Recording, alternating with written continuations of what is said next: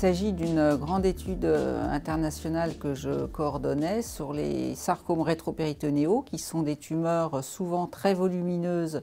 situées dans la cavité abdominale. L'objectif de l'étude qu'on présente cette année à l'ESCO est de montrer comment des traitements supplémentaires à la chirurgie faits avant permettent d'essayer de réduire encore plus ce risque de rechute. L'objectif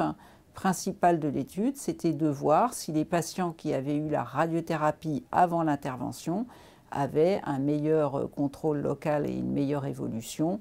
à la suite dans le suivi de la chirurgie. Si on regarde l'ensemble de la population, et Dieu sait s'il y a des sarcomes qui sont variés, l'essai est négatif, c'est-à-dire que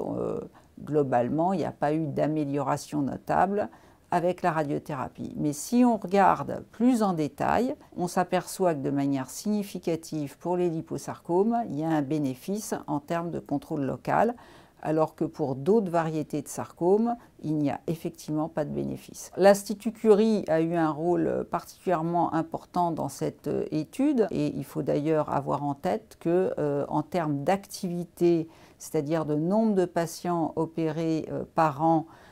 pour ces sarcomes rétropéritonéaux, l'Institut Curie est le 3e centre à l'échelon mondial.